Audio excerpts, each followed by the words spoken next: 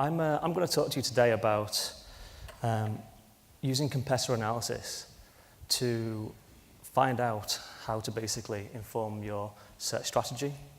So, as Omi said, what works in your industry is completely dependent on what Google is seeing in your industry, on your searches. It's based on the competitors who are currently ranking and what they're doing well. So, how to back up your strategy with data is to actually look at what they're doing and then follow that same kind of strategy. I want to start, though, with a confession. Basically, a lot of the images in my slides have just been taken straight out of Google Images. I've searched for a generic keyword, and I've picked the best one. So if the image quality is quite bad, then don't blame me, blame Google. But, yeah, so, moving on. So, as we've just heard, the Google algorithm is made up of over 200 ranking factors.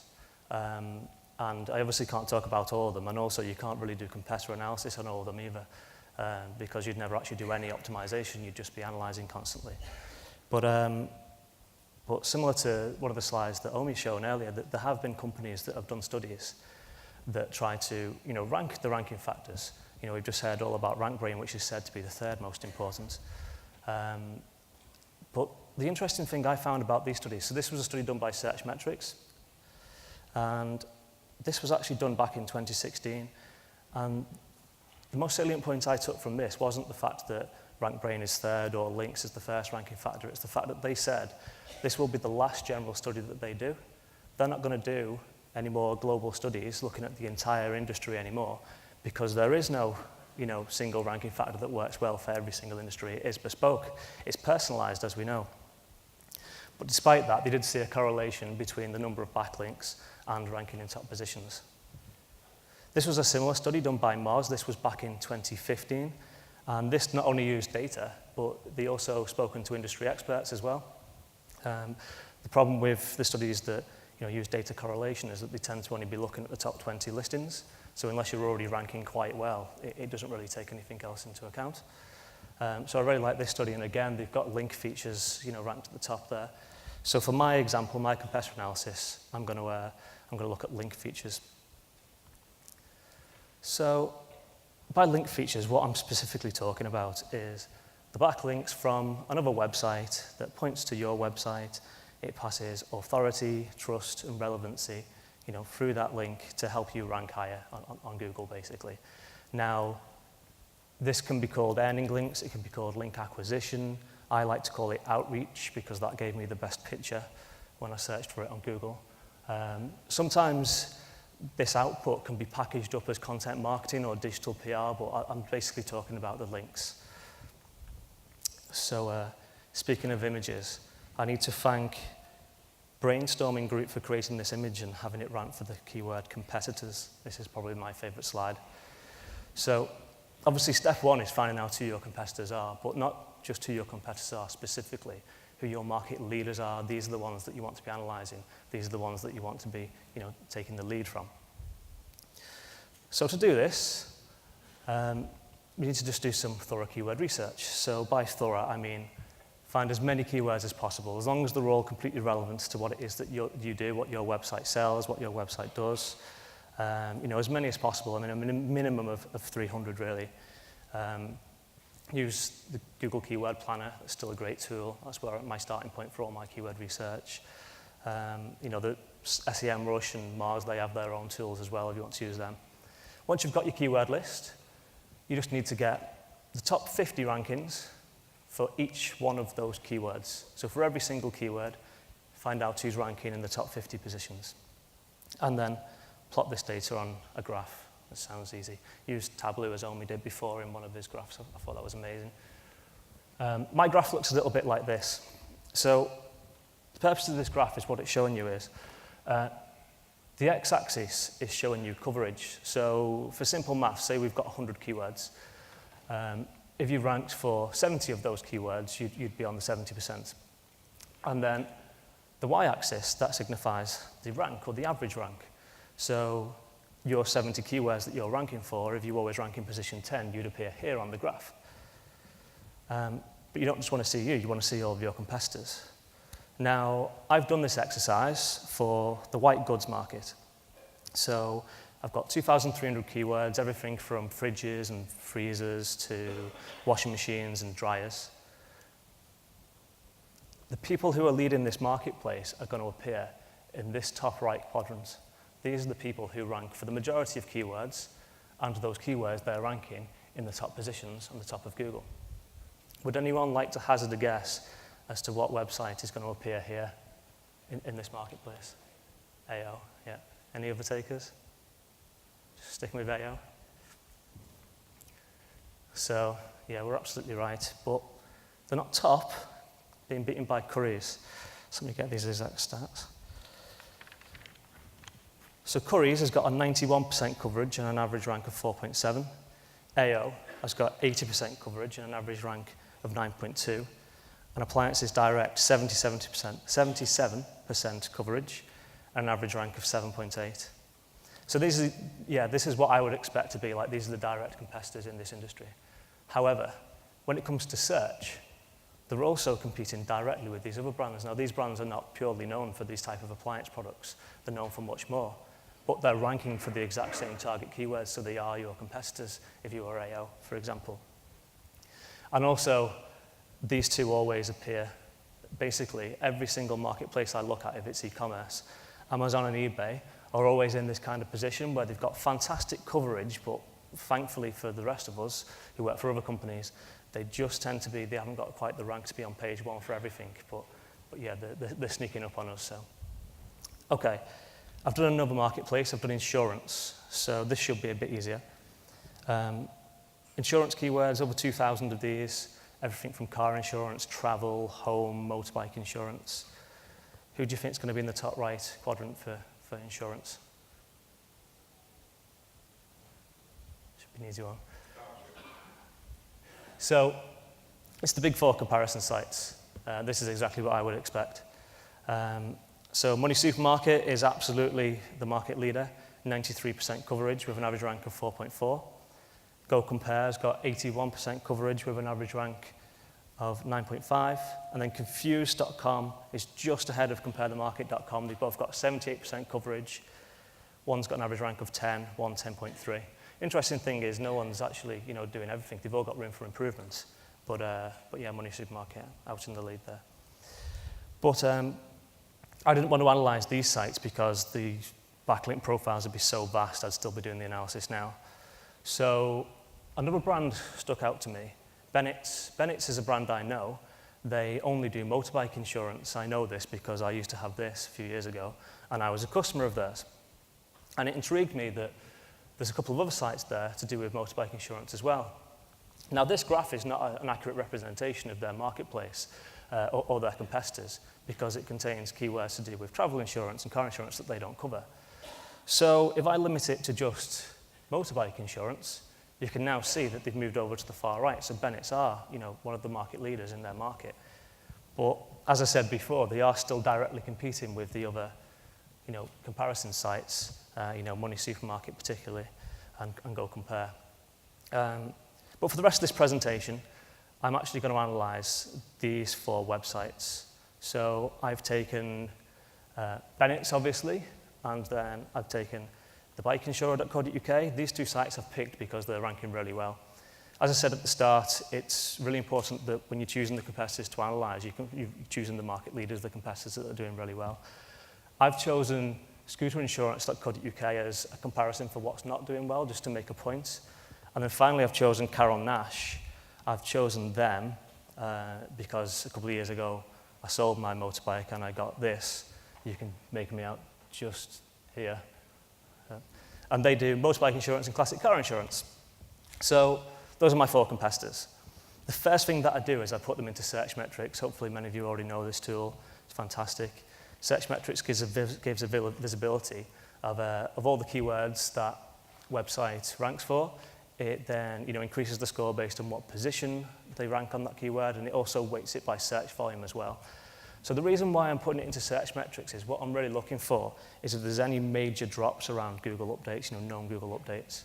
As I'm looking at links, I'm particularly looking at Penguin updates. So this is an example of a site that was hit by Penguin 2. So what you're looking for here is the easiest way to tell is if you just use this, this little Google Updates button here, it'll actually put lines when the Google Updates were, so it's really easy. If they've got a major drop around a Penguin update, then get rid of that competitor, choose someone else. They've clearly been doing unnatural, manipulative tactics, and they've been penalized for it. You don't want to be, trying to, take the lead from their strategy. Okay, got my competitors, onto outreach. This is why I like to call it outreach. So we basically want to know 4 things. We want to know what quality of links I need to build. I need to know how quickly I'm going to be earning those links. And ideally, what anchor text those links would have, and then where these links are actually going to point to on my site. So for the first point, we really need to do some analysis of the referring domains. So by referring domains, I'm not talking now about every single backlink that they've got. The reason why I want to just look at each unique referring domain is that you get a greatly reduced value and authority pass-through from like the second, third, and fourth link that you get from a website. So specifically, for example, if you've got 4 articles on myblog.com, and each of those articles contain a link, that's 4 backlinks, but there's only 1 referring domain, that's your blog.com. So I'm just looking at that. So you can use tools like Majestic, our sponsors, Open Site Explorer, Ahrefs is one of my favorites, to gather all this data. None of this data that I'm showing you today is private. None of these are my clients. I've never worked on these accounts. It's all data that you can all get for all of your competitors and yourselves. Once you've got those domains, I then categorize them into buckets based on their domain authority. So domain authority is a metric calculated by Moz. It's basically their representation of Google PageRank, so it's like an indication of authority of these sites that you're getting links from. And then once you've got this data, you just put it on a graph.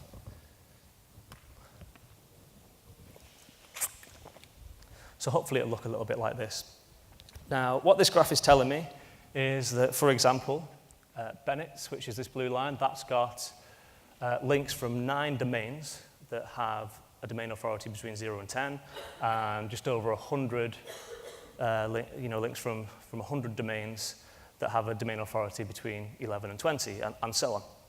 And what you'll find is pretty much every industry, the market leaders, all seem to peak around this kind of 20 to 40 area. This is what is natural. This is what defines natural. This is what Google is rewarding in the industry. If you put all your efforts into building links on this side of the scale and you peaked over here, well, that is manipulative. That is not natural. And Google's, as we know, is more than clever enough to figure that kind of stuff out. On this slide, I've included Money Supermarket and Go Compare. It kind of breaks the scale because they've got so many links, so you can't really see the bike insurer anymore. But you can see that the shape is the same. Now, this shape is specific to insurance, or this to motorbike insurance. So all the figures that I'm saying is great if you're in that marketplace, but you can't take the actual stats themselves and apply them. You'd have to do the analysis yourself. Okay, the one thing that actually jumped out on me at this is, if you remember, the bike insurer was actually ranking really well, but they've got just a fraction of the links of some of these other brands. They've actually got fewer links than scooter insurance, which wasn't ranking very well at all for very many terms. So let's remember that, because we'll come back to it later. Okay, what this data actually allows you to do, and you can obviously do far more than 4 competitors if you want to, and you obviously want to put your own data in there as well, is it allows you to plot an ideal kind of graph of what your backlink profile would look like. So it's obviously better to go for quality over quantity, but not to the point where it's manipulative. So what I've done here is I've gone slightly more on the quality side, but it's still a natural shape, it's still a natural profile. Now, I'm not saying you go out and get all these links tomorrow, that's impossible, but what this is saying is where you really need to focus your energy. When you're earning these links, the type of content that you're producing to earn links at this end is completely different to the efforts that you have to go through to earn links at this end. So this should be how you plan your campaigns, how you plan your budgets, etc. This, I mentioned what my favorite slide is. This probably should be your favorite slide. If you get this part right, then this should set your kind of outreach, off page. I'm not talking about social or anything like that at the moment, but in terms of earning links, this is the most important part. You need to refresh this every 6 months because obviously it changes all the time. You know, all your competitors are running links as well. But if you get this right, then you're absolutely on the right track. So that ticks off the first question. Moving on to then how quickly we want to be earning these links. As I said, you can't go out and get them all tomorrow. That is manipulative. So for this, again, I'm looking at referring domains, but I'm just looking at the new ones. My favorite tool for this is Ahrefs. So that shows you the links that it's discovered and when it discovered them for the first time. Now, Ahrefs is not Google. It doesn't crawl everything that Google does, but it's, it's representative and it's relative to, if you put your own site in, that the data is relative to your own site. So once you've got these, new referring domains, I went back the last 3 months for my competitors, and you can have a look at the actual data. So you can see here, Bennett's earning the most links, around about 100 a month. Carol Nash, around about 50 per month. And then the other two, around about 12. So what this is saying to me is that in order to compete and, start gaining ground on these guys, you need to be earning at least, links from at least 12 referring domains every month. And as I said, it's all relative. If when you put your data in here, if you're currently earning 6, then you need to double your efforts. Okay, that ticks up the second point. So then we get onto anchor text. So now we can actually look at all the backlinks. So this is why I didn't do Money Supermarket, because there's, tens and tens of thousands. I mean, for Carol Nash, there was 56,000 that I analyzed. So, or the team at Click analyzed. Thanks, guys. And then with these backlinks, I then categorize the anchor text into these 6 categories. So the first category is what I call URL or naked links. This is where literally, it's the URL itself that's been used as the anchor text. It doesn't have to be this. It could be to a sub page. It could have the HTTP on or not. The point is that it's actually a URL that is the anchor text. The second type is what we know as like brand anchor text or the domain name. So here's an example of the brand Bennett's. The third type is what I call generic or headline. Now I call this exact match, anchor text. So this is where you take the trophy keywords, the highest search volume. This is awful. Things like most bike insurance, and the fact that there's 3 of them in the same blog. So you categorize all of them together. Then long tail. So long tail can be anything from compare cheap motorbike insurance quotes to save on your motorcycle insurance. Then we have hybrid. So hybrid is what I call something where it contains the brand name and it contains a keyword. So in this case, it's Bennett's bike insurance or Bennett's motorcycle insurance, et cetera, et cetera. Motorcycle insurance from Bennett's. It still contains the brand name in there. And then everything else is pretty much made up by noise. So noise is things like download now, click here, stuff like that. There is, however, a 7th category. Now, when looking at Carol Nash's link profile, each of these words appears as anchor text over 100 times. So this is just spam. Most of them were pointing to pages that don't exist on the site anymore, that were random like medicine treatment pages. It's highly likely that they were basically got some sort of spam attack, and all these were generated there. So as not to skew the rest of the data for the rest of the presentation, I've excluded all this from Carol Nash's backlink profile. So this is what it actually looks like. So there's 3 things that really stand out at me straight away. One is that for those old hats among you will probably know, like there used to be this kind of rule where when you're running links, you should try to get like this 80-20 rule, 80% brand and 20% keyword. And as you can see, that's not the case here at all. The other thing is, the bike insurer, they've actually got the majority of their anchor text as the URL itself. Now remember, these are the ones that don't have anywhere near as many links but are ranking really well.